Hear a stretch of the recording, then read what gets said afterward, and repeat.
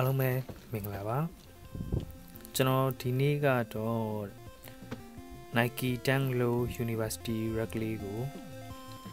unboxing လုပ်မှာဖြစ်ပါတယ်ဒီဖနက်ကကျွန်တော်အန်းကနေပြီးတော့ refer အောင်ခဲ့တဲ့ဖနက်လေးဖြစ်ပါတယ်6လပိုင်း12ရက်နေ့က drop လုပ်သွားတဲ့ဖနက်လေးဖြစ်ပါတယ်ကျွန်တော် ENT ကနေပေါက်တာဖြစ်တဲ့အတွက်ဂျပန်က retail ဈေးထက်တော့နည်းနည်းလေးပို့ပေးလိုက်ရတယ်စုစုပေါင်းကျွန်တော်ရန်16000ကျော်လောက်ပေးလိုက်ရတယ် shipping အပါပေါ့နော်ရောက်လာတာတော့မြင်တယ်2ရက်ပဲကြာတယ်ဆိုတော့ဒီဖန်ကလေးကိုဘောင်းစည်းလုံးမှာဖြစ်ပါတယ်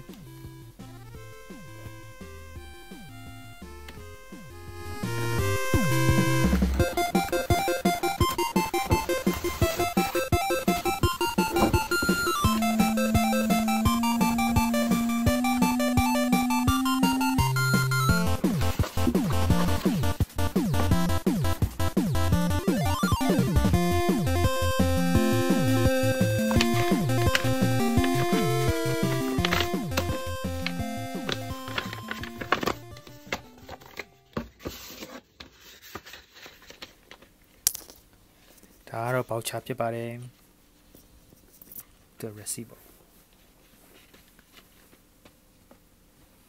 ကဲဖနက်ကလေးကိုကြည့်ပါမယ်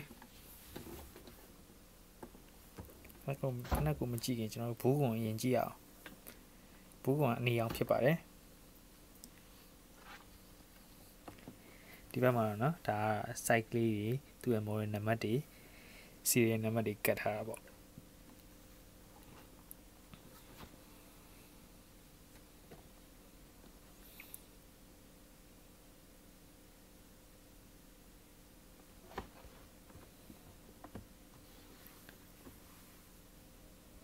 ကဲစဖွင့်ပါပြီ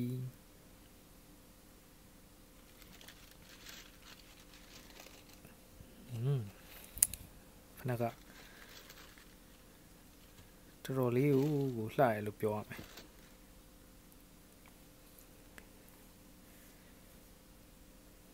ဒီကောင်ကအဲ့ leather ပေါ့နော် leather သူ့ရဲ့ material leather ဒီပိုင်းတုံးထားတာတော်တော်မိုက်တယ်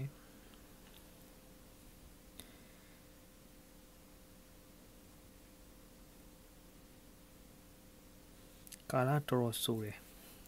အပြင်မှာတော်တော်လေးကိုဆိုးတယ်ဒါအောက်ခံဆိုး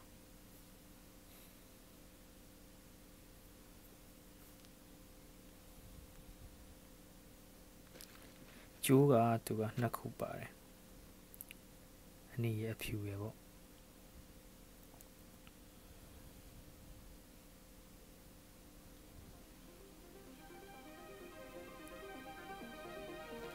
site ကတော့ကျွန်တော် site မဟုတ်လိုက်ဘူးကျွန်တော်ပေါက်သွားတဲ့ site က US 10ဖြစ်နေတယ်ဆိုတော့ဒီနှစ်ကိုရောင်းပြီးတော့မှာပဲကို site ကိုပြန်ဝယ်ရမယ်ပုံဖြစ်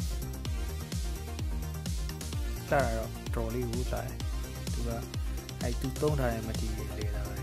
ဒီကဆိုလဲဆိုတာပေါ့နော်ဆိုလေးနဲ့ကြည့်လို့တော့ကောင်းတယ်အားလုံးပဲကျေးဇူးတင်ပါတယ်